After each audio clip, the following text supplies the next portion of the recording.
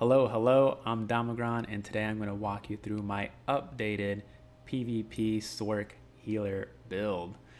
Got some slight updates since our last update. We'll walk through everything as a whole, explain why I use the skills I do, the gear I use, and why I made those choices, all that good jazz. One thing to keep in mind, this is not an absolute min-max. I'm trying to use what I think fits my play style. It may fit yours. Has a lot of utility for both healing and raid survivability. That's the core of what we're shooting for. Let's hop straight into it. So we'll start off with the skills first. So on my main bar with my resto staff equipped, we're using Hardened Ward. This is purely for obviously survivability. In this case, just with all the gear I got on, currently unbuffed. I'll walk you through the stats after the skills we go through. So Hardened Ward, obviously survivability. Healing Ward, that's going to be able to throw that oh crap shield around either yourself or someone on your raid who's going to need it. I really like it. The extra healing you get when it expires, I think, is really nice. It's just much more utility, I think, than always throwing a shield on yourself and someone else. That extra healing is very nice. Blessing of Restoration. So again, we're going for raid survivability, which is why I choose Blessing of Restoration. I believe the combat prayer, you can easily switch that out if that's your play style. The combat prayer will give some additional damage output for your raid, which adds up over several people. But again, this play style we're going is absolute survivability as much as we can give our raid. Let them do all the damage and stuff that they want to do. Healing Springs. This ability is going to be our bread and butter for most of our healing. The additional Magicka restored is going to give us that longevity to be able to spam this spell as well as work our way into other spells. So very nice. And then lastly, Mutagen. So I believe this is definitely one that we changed from last time. I can't remember what the other morph is, but I believe it just makes the heal ticks faster. I decided to go with Mutagen, and I've been liking it a lot more because with PvP, a lot of people are going to be getting hit hard, and their health is going to get low. So the Mutagen, with that allies with less than 20% health expend Mutagen and are healed for an additional 4,000 health. One harmful effect is removed. I think that is really powerful in PvP. You're going to be removing negative effects from your teammate as well as giving them an instant heal when they need it. That's going to generally bring them, that will bring them out of that execute range, because most executes trigger at 20%. So if they're less than 20, you get a Mutagen off. Hey, now they're no longer in that execute range. For the ultimate on this first bar, we're running Suppression Field. I can't remember if I was running that in the last video. Maybe I should have checked it. But Suppression Field is going to be a very heavy utility spell that, I think the meta right now, we're running to a lot of people that are running proxy dets or AoEs and whatnot. Suppression Field is going to be very key to just silence those enemies immediately.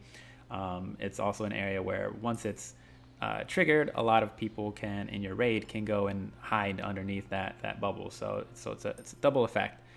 Very powerful for PvP raiding. On the back bar, we're dual wielding, and I'll talk about that in a moment. We'll ignore this first spell, Lingering Flare. This is more of a utility, and we can use several abilities. Let me walk through the rest first. Cleanse, just another absolute raid utility spell. Cleaning off any of those negative effects is going to be super nice. And then if they had any of those negative effects, they're going to be healed. And it's an AoE, so it's very, very nice. Charging Maneuvers. I really like this ability, especially Cyrodiil's so large and you're always mounting up. playing that horse simulator, just having this is really going to increase that maneuverability. I chose charging because when you attack, I think on the unmorph rapids, or if you go with the other morph, you'll lose your movement speed buff. When you're running through caltrops or anything like that, or if you're attacking while you're running, I really like charging maneuver because you know, you'll lose 30%. You keep that 10% running speed for 8 seconds, and I think mobility in PvP is really key to moving around, especially when you're trying to get to flags or get away from flags. Having that additional mobility is very nice, both off the horse and on the horse. Streak's gonna be more utility. You can use that to get away from enemies hitting you, as well as use streak to get to your party if somehow you get separated or you need to rush to someone that may be out of range. You can streak and get to them. Usually you can do 2 or 3 streaks in a row and not be too punished for it. I think usually going into that 4th streak is where you really start to eat into that mana cost. So hopefully you never have to cast that too many times. And then Power Surge. We have Power Surge on here mainly because the buff. You know, that extra 20% is going to be really nice. Critical strikes, I don't know if that triggers on heals. We have 0 attacking, so that's not going to help. I like this over chain potting, simply because if you're chain potting potions to keep up your spell buff, at least in my case in PvP, I'm almost never popping essence of Magicka or any mana pots. It's usually going to be, come on. It's usually going to be essence of stamina, because we're dodge rolling, we're CC breaking. That's usually what we're going to be popping. So that's more of a preference. I like to keep the stamina pots handy. And then lastly, our ultimate is going to be Replenishing Barrier. So as a healer, we already get to generate lots of ultimate by just healing a bunch of people, weaving in some light attacks in between. So you get your ultimate pretty quick.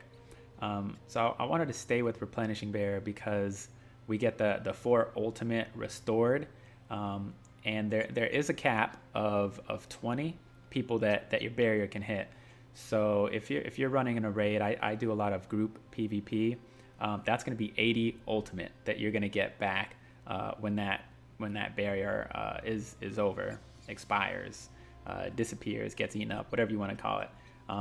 That's huge. That's almost half of what we need to get to our next ultimate. A little less than half. Which is super nice. So I think the other is Rejuvenating Barrier, and that gives healing over time.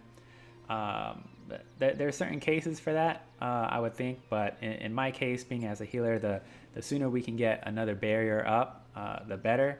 Or if we need to get a suppression downfield sooner, that's just gonna always keep us getting closer and closer to those ultimate triggers. Now for this first spell that I was talking about, Lingering Flare. So when I've been PvPing, I've found that I'm always changing this out. So Lingering Flare is again very utility. It's gonna reveal hidden players, night blades going in and out. So it's a very, very heavy utility spell, because we're not really going to cast this if we don't think that there's anyone hidden or not hidden. If we're looking to go into, I think like sieging, if I know we're going to be sieging, then I'm definitely going to go and use, not necessarily Propelling Shield. I like the other morph better. I do use Propelling Shield, obviously, if we need to protect our siege. I haven't noticed Propelling Shield being awfully useful in terms of giving us the additional range. Some people like it, some people don't. It's more of a preference. I don't think anyone's more better than the other. But the other protective morph, I think, reduces damage to your siege by 75%, and that is, I think, much more useful because most of the time when I'm popping this, it is to protect siege, not necessarily to increase range. But you know, there's cases for it and against it.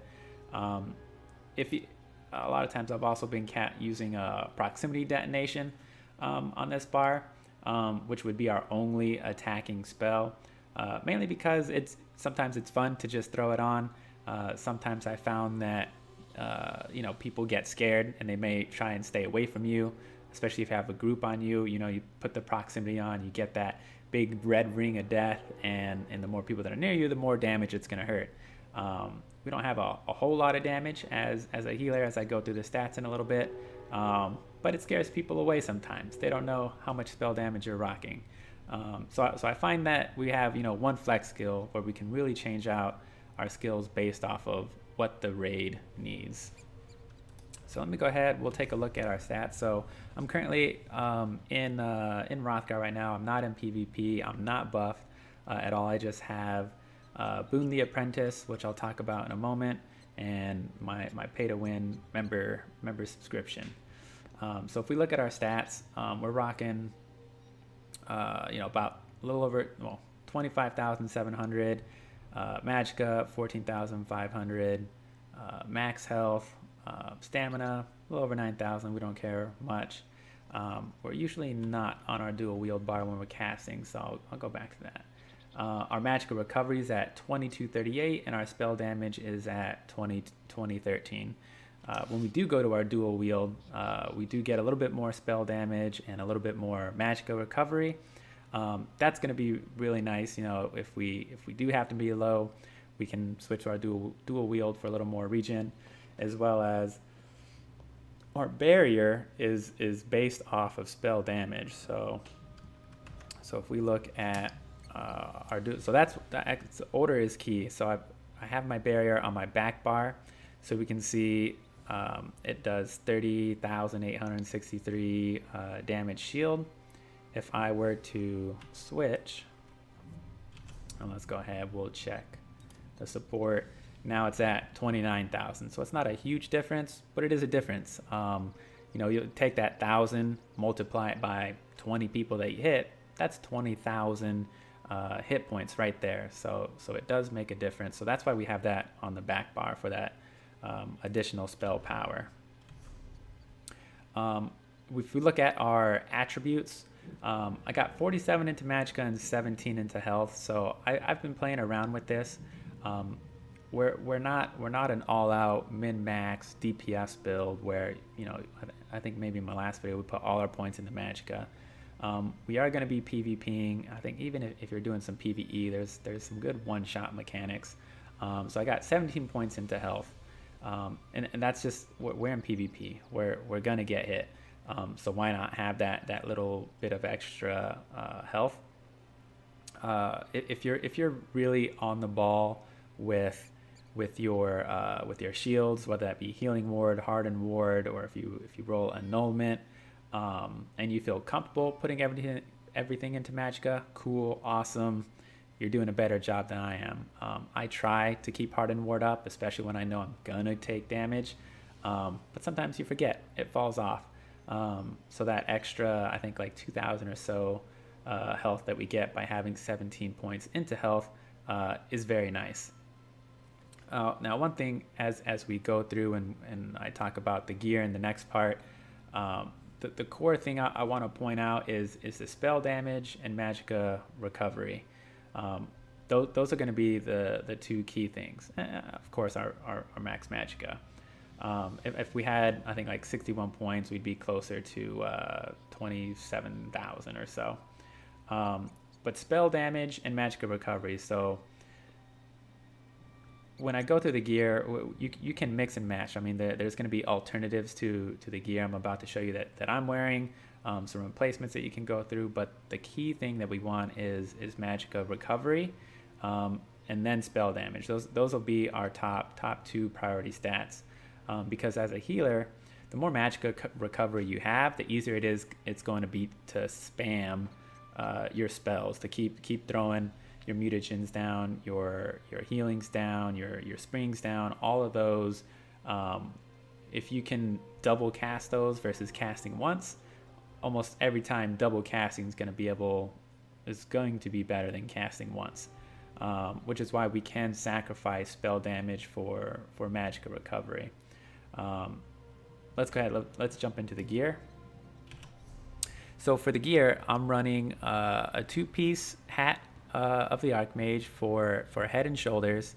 I have Infused for my head, so we get the, it's a big piece, so we get that 1041 Magicka. So for all of our big pieces, I think it's optimal to, I think, right? I don't min max here, but we try to do what we think is best. So I run Infused on the big pieces, and I have Divines on the smaller pieces. I got this from my PvPing, so I got very lucky. It rolled Infused, which is still pretty good. I think Divines would be better, but you don't have to stress. I'll walk through the rest, and then we can talk about some alternatives.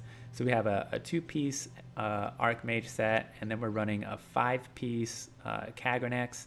I have that for the gloves, our breeches, our shoes, our belt, and our weapon.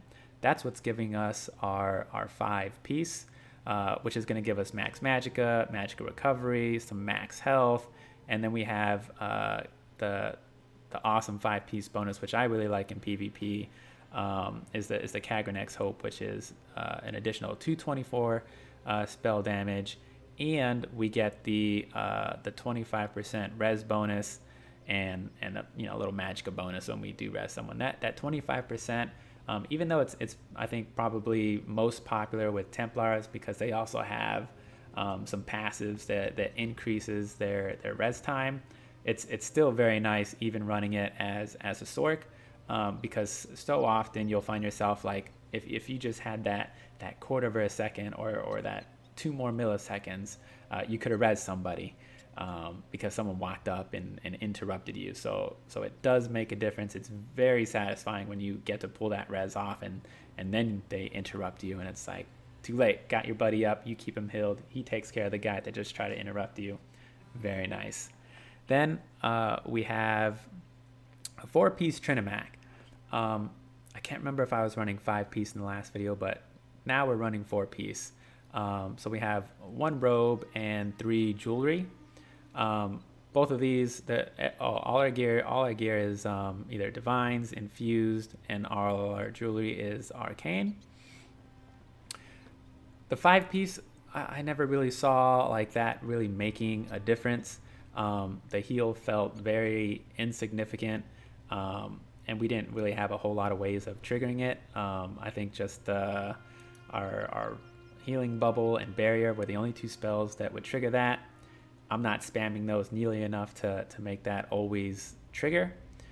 So we just went with the 4-piece, which ends up working out very nice overall, getting set pieces for all of the 11 slots that we have open, or 12 if we're dual wielding. But again, with this 4-piece, Magicka recovery, max Magicka, Magicka recovery, very, very nice. Because again, that Magicka recovery is really what we're shooting for. And with the stats that I was showing out, I can show that again. Although I'm running Arcane, I think this is all from Hrothgar, so you may not have the ability to do this. Mix and match your gear. You could do the Willpower set, and you can, instead of Arcane, because I think the Arcane Willpower rings are, I think, like best in slot for most DPS, so they're like absurdly 100k rings. You can get cheap ones for like around like 30k or something like that. I'm not sure what the latest is. If these are, if they were the Willpower Robust that provide the health bonus, so very cheap alternative if you don't have the Hrothgar ones for this Trinimac. You can buy those 3-piece. You can replace those with health, and then instead of the 14 points that I put into health, you could put those into Magicka. So it's more the numbers that we want to hit, not so much the specific gear set that we're running. I think the only one where this really matters to me, at least, is the Kagrenacs. The Archmage is a drop. I've got them from PvP, and the guild auction house. I don't know where they drop from. So it's very nice to, you could use Seducers instead of this Archmage. Same with the Trinimacs. You could replace this with another Seducer piece, have the Willpower here. So you can mix and match. It's very possible. On our back bar, we're dual wielding simply because of if I go to a weapon, dual wield, it's going to be this twin blade and blunt. We want 2 points into there. Unfortunately, it's all the way at level 50, so you'll have to grind that out if you don't have it. But it's that increase your each sword increases your damage done by 2.5%. 2 swords, 5%. So that's where we get that additional spell power, which makes our barrier bubble that much stronger. So that's very nice. I heard that they may be updating this so that it doesn't apply to everything. That's the key word on here. Each sword increases your damage done by 2.5%, which is everything, which is why we're using this for our back bar. So that's the only thing to be aware about. We'll see what happens. Maybe I'll do another update if that changes in what I do. I have been contemplating going to one hand and shield on our back bar for a little bit more survivability and sword and board, so that, you know, if we're getting banged up on, you know, we can go to that sword and board block, try and streak out of there. But we'll save that for our 1.2 update post Thieves Guild. But that's the gear that we're running through. I have Nirnhoned on this because I was DPSing with it. I do not think Nirnhoned is the best trait for this. I want to say it's probably precise to get that increased weapon and spell critical values. But even then, I'm not sure if those really matter, simply because you know, we're never attacking much with our weapons. You know, we're focused on healing, and most of these aren't really going to play a huge role. Or excuse me, that's the enchantment. I'll take that back. I'm an idiot. Precise is what we want over Nirnhoned, because that's what's going to have the immediate impact. For our staff, the Absorb Magicka enchantment, we're weaving in light attacks when we can, so that will trigger. That'll be nice. But for our back bar, we're never attacking with those. So that's why I don't have an enchant on this one. I have an enchant on this other one, and that's simply just because I like the enchantment effect, not because it's super good. I'm probably going to put poison on this one. I think that gives us a little green glow. I think that would be cool. So that's why I have that. Let's go ahead. We'll go into champ points next. So for champion points, I believe I have, does it show on here? No, okay. I have 309 champ points. So I think that's maybe the average player what you're at. If you don't have that much, don't worry.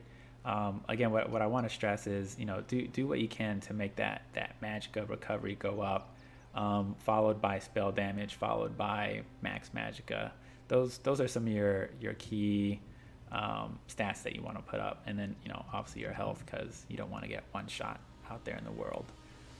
So for our champ points, we have 309. We'll go ahead, we'll walk through the Lord first.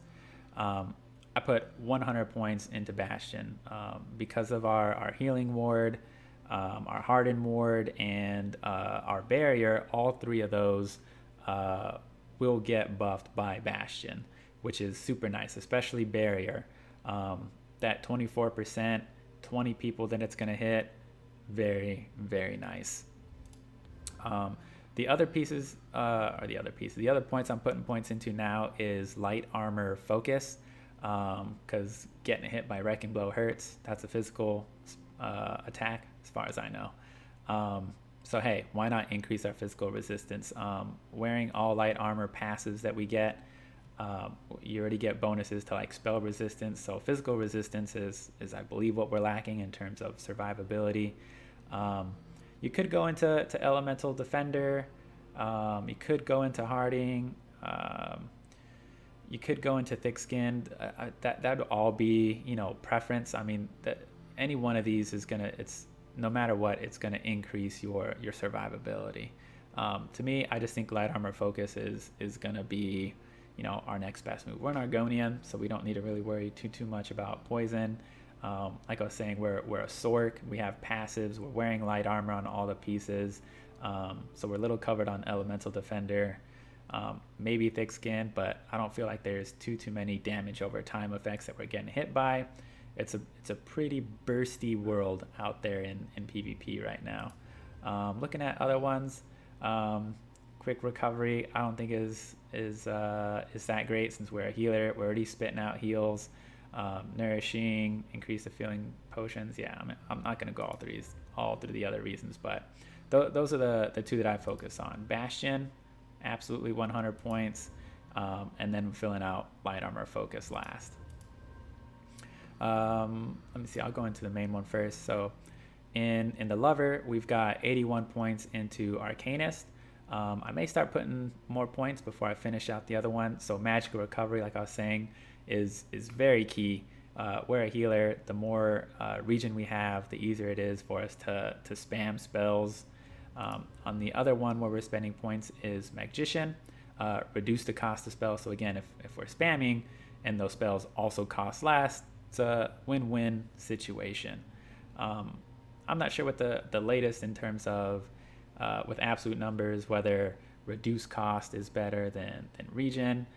For me, in the build we have a lot of regen, so it makes sense to, you know, increase our magical recovery, because all of that just means our magical recovery is going to be that much better.